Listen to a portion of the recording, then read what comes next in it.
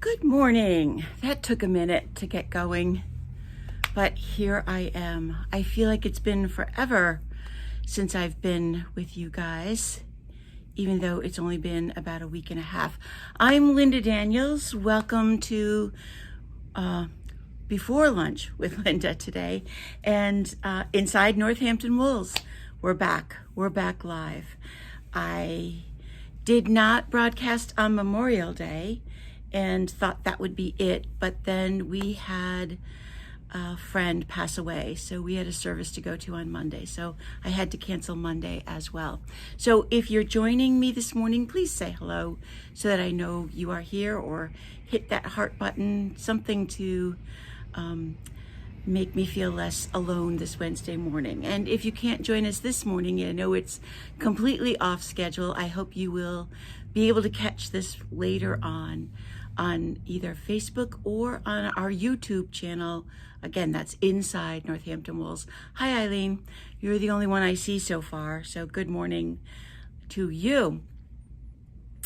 I had an extremely busy week, which means that I had a lot more things going on, extra stuff, than my normal day. Hi, Dale. Hey, Decker. It was almost every single day. I either had a meeting or a lot more work to do. The other thing that I did was, hi, Dale. Hey, Barb. Yeah, it looks pretty smooth from here, but hopefully it's gonna correct itself. We'll just keep going. Join us on YouTube if you can. Anyway,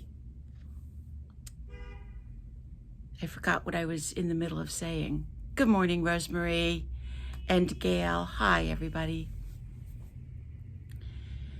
Yeah, so I was really busy. Oh yeah, and one of the things that I was busy doing this past weekend was the Hill Institute in Florence had their student show. And since I teach crochet up there, I had to be there both Friday night and most of the day on Saturday. If you ever are interested in any kind of adult education class, check out the Hill Institute. Their web page has a list of their classes that they will be offering in the fall. I'm going to do the crochet class on Wednesday nights at 5 o'clock.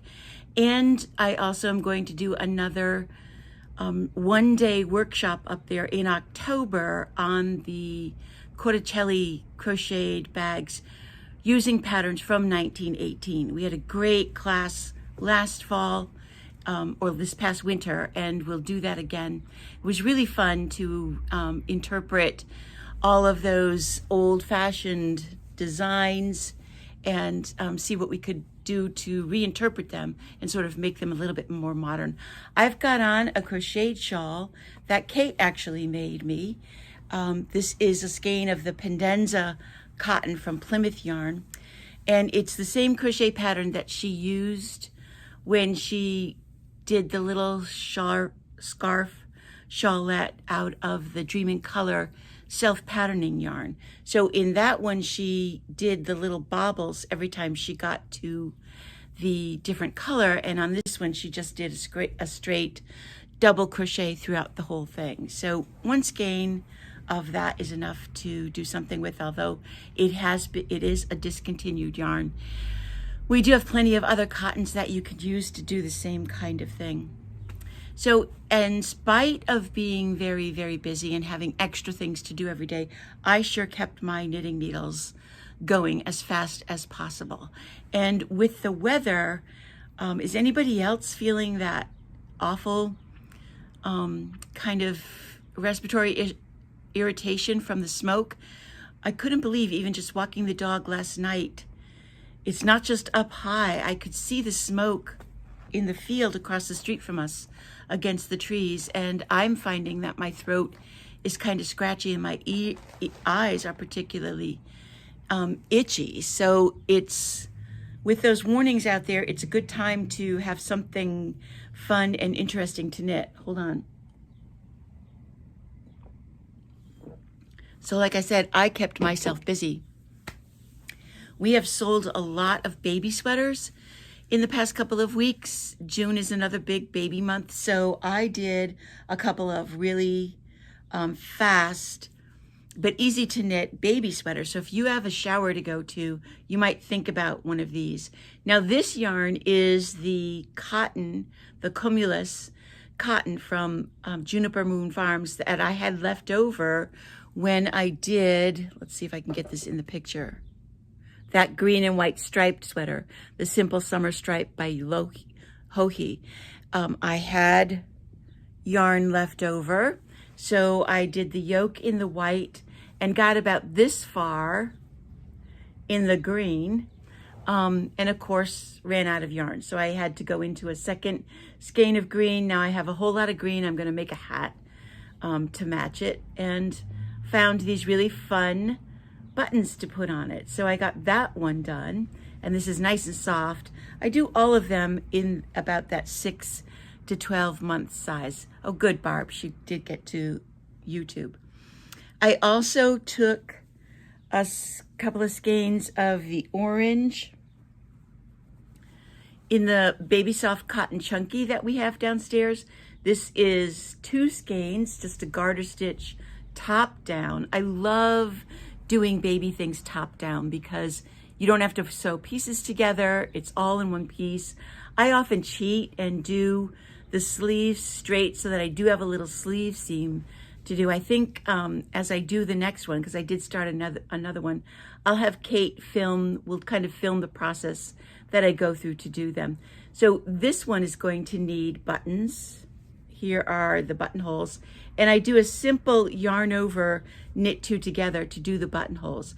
And what I've been doing is that instead of doing just a simple yarn over, I've been doing the double yarn over and pulling the first half over, and that makes a much tighter buttonhole, so it's not so loose and wonky. And I think I'm probably going to put these yellow fish, you see that? These yellow fish buttons on this. That will really perk it up. Hey, Bonnie, what do you think? Do you think those will look good on that? I also brought over just some plain kind of white ones that are kind of big. Not that the sweater is big, but I feel like it needs a button that makes a statement, something big enough. So either the yellow fish or the white ones. Take a little vote right now. Which one do you think should go on there? Can you see how that will look? I think that will be pretty fun as well. So we've got 2 choices for that sweater. This one I knit on Saturday while I was sitting at the Hill Institute. All of these are machine washable. And then I took some of the Encore Chunky, and I feel like I'm gonna sneeze, so hold on. And I did this little cardigan. Yellow fish, white buttons. I like them both. But this one too. But I also want to make this one really for a boy because it's so easy to find and knit really cute patterns for little girls. But I want to make sure we also have stuff for little boys because we like I said, we sell a lot of pre-made baby sweaters, and if you are ever in a pinch and need something, check us out because we do booties as well, and we don't care if you say you made it.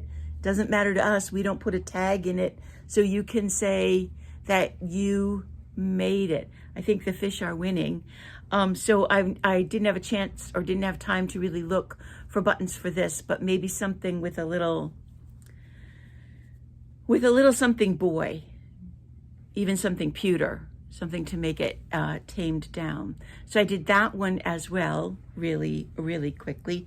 And then the last one that I got done, I wanted to show you because last week we put up a little post of my casting on with one of the new yarns that we just got in.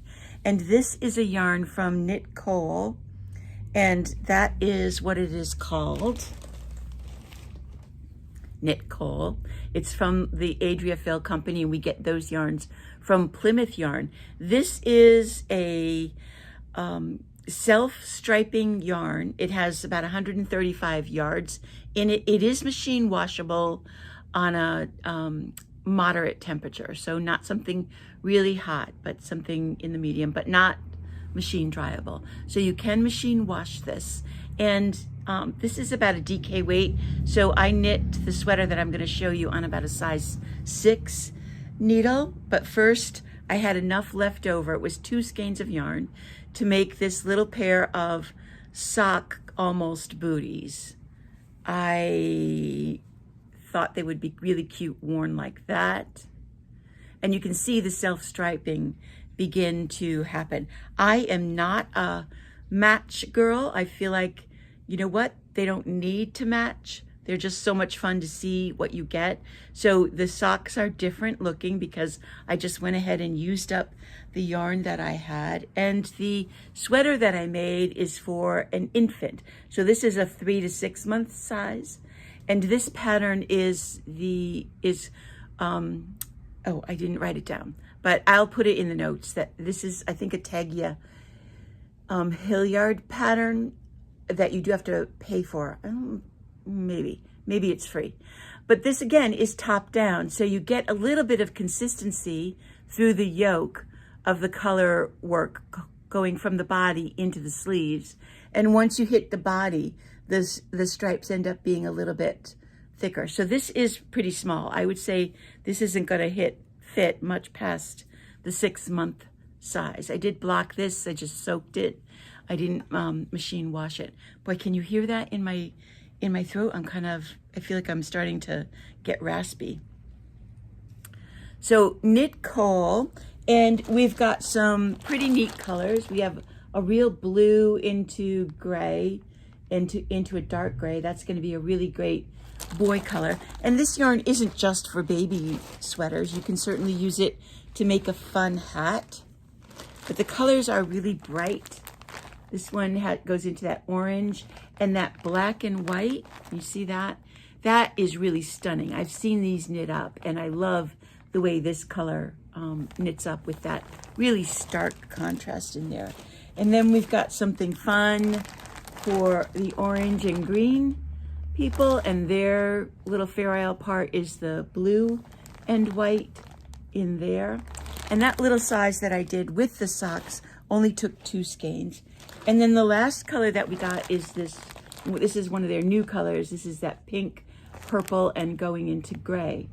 So we've got some choices there that you can decide to make. And these baby sweaters go up really, really quickly. You know, a couple of hours and you've got it just about all done down through the yoke anyway, and you're ready to split it at the underarms and go from there. So that's the new yarn. The old yarn that I started to play around with is something that we've had in the shop, and I did a sweater for Plymouth yarn out of it, but I was helping somebody look for a vest and came across a brioche vest, really short and cropped. But when I looked at the directions, they started to get really complicated. So I thought there's a way to get that look without making it so hard. And so I started a vest out of this yarn in a mistake stitch. And a mistake stitch is a really easy stitch to do. We've used it a lot. I've made hats out of it, and scarves especially, because it has a really great look to it, but it's really easy to do. Normally, when you do a knit to, purl to pattern, you have a multiple of 4 stitches so that your beginning will start with knit to and end with purl to. Well, the mistake stitch is called mistake stitch because somebody somewhere cast on an odd number of stitches instead of a number that's divisible by 4.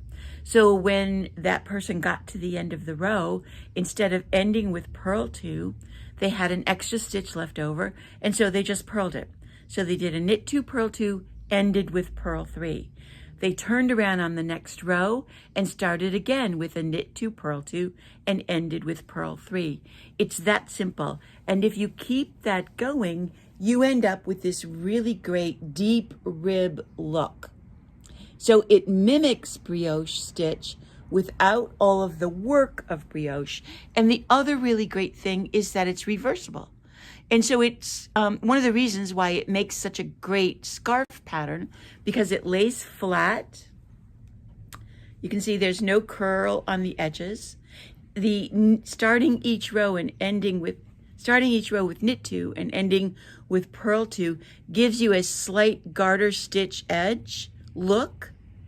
And the mistake stitch rib lines that one knit stitch up on top of itself. So you get this really deep, very textural pattern. Well, this is going to be a very cropped, if I stand up, you can see just how short it will be. Really cropped vest, because vests are going to be really big this year, and they're great. A little crop top like this is great to wear over a dress with a high waist. It looks particularly good with that. So I am halfway through, as you can see, and I will take home the rest of that yarn and finish that and write that pattern up as well. So we'll have that in another week or two.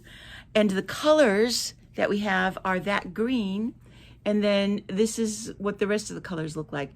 There is that blue, this is a gray and white color, this kind of red and blue, and then this really pretty peach. This is a really nice color. It's not showing up so well on the screen, but it's got some peach and a light touch of that acidy kind of green, very, very light. And then the orange and blue as well. So it looks to me like it's going to take about 6 skeins to make that vest, with enough to make a good collar. It's not going to have a wimpy collar. I want a little bit of a stand-up neck to it. So that is in the works. So I've been busy trying to keep things moving here in the store. Kim was here on Saturday and the shop looks fantastic. And if you saw our Instagram, you know that Usman was here on Friday, and Kate and I had a lot of fun picking African baskets. So we've got a good new supply. We usually get the tulip. We're calling them the tulip size. And so we got about 7 or 8 of those new patterns in. So we've got a fresh supply of the tulip basket in with the tan leather handles. And Usman had just come back from Africa. So we were his first visit. So this time I got a lot of the big round baskets, and they really come smashed down. So when we first opened them up, they were really, really smashed, and they look really ugly because they look like this, and that's not pretty. But because they're made out of straw and they're all hand woven, what you're going to do is, I'm going to do it too, but to help a little bit, is take this home, put it in the shower or outside with the hose, and really get it wet. Really soak it. It's not going to hurt it. It's not going to, take the color away. It's not going to hurt even the leather handle. Really get it good and wet. And then what you do is push out the bottom and shape all of the sides. I did this very briefly this morning, and when Kate gets here, we'll put up an Instagram post of my soaking them and then forming them. And you can really make it the shape that you want it to be. This one still needs a little bit of shaping on it. I usually stuff it full of towels so that the bottom, it gets nice and flat. So it sits really nicely on the floor, and make the top really round, not this googly shape here, right here. So we got a lot of these. I think I got 25 of these, some in solid colors, some in big bright stripes, some in like this really colorful one. So these are all going to be, I'm going to take them home a little bit at a time and kind of like shape them for you so that they look a little bit more attractive when you come in to see them all. But we got a lot of those in. And then, oh, I didn't bring it over here. Nuts, hold on one second.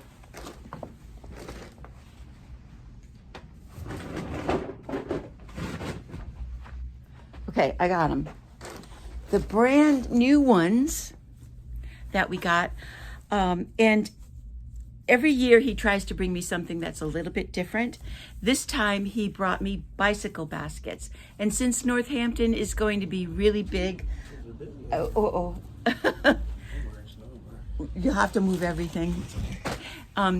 since Northampton is going really big into supporting bicyclists in town, I thought we would get them. So it's just a square little basket with the leather handles that will attach to the handlebars.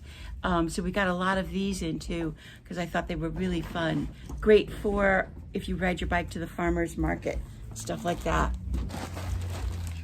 So since we just got them on Friday and I wasn't here on Saturday, we're going to be spending some time this week getting them ready for you. So almost every day that you come in, there'll be something slightly different. We're getting our mats replaced right now. So say hi. It's okay. And then one last thing for today, we got the Shop Hop bags in, and Shop Hop is going to be from August 7th to August 19th this year.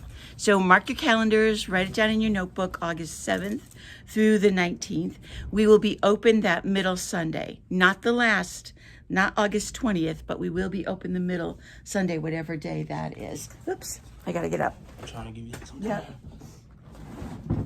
Thank you. So the passports are ready. As usual, if you haven't done a Shop Hop before, the participating shops along 91 are listed, and make sure you pay attention to the hours. The hours in each shop are listed, that each shop is doing are listed as well. And each shop that you visit, you get your passport stamped in that correct spot. And then, thanks. Okay, I will. Thank you. And then when you fill the whole thing, if you go to each store, the last store that you go to, you fill out all of this information and you will be entered into the grand prize drawing. So that's the passport. And the bags this year are really different. We got these jute bags with a big cloth pocket. And this pocket has a Velcro closure up there. So whatever you put in there will at least stay. And the bottom, it's a gusset bottom, so it opens up nice and wide, so you can fit lots of goodies in there. And it's a pretty big basket. And then the inside of the jute is coated with a little kind of vinyl or plastic coating to prevent it from just falling apart. So you get the bag and the passport, and it's $10 again this year. There is this nice button closure on the front of it. It is a very, very cute bag. So we've got 50 of them. That should be plenty. But if you do want one, don't wait too long, because they are going to sell. Many of the stores have sold out over the last couple of years. People have really gotten back into visiting each of the shops, and there's only 8, so it's very doable in that almost 2-week period. So hopefully you get a chance to participate and have some fun with us as we get ready. Especially in August, we'll be getting fall stuff in, and the stores will be excited and happy to see you then. So that's the Shop Hop bag. And that's about it. You're caught up as far as I can tell right now. So be safe. Take it easy out there with that smoke. And since you're going to be inside anyway, make sure you go and knit something. See you on Monday. Bye-bye.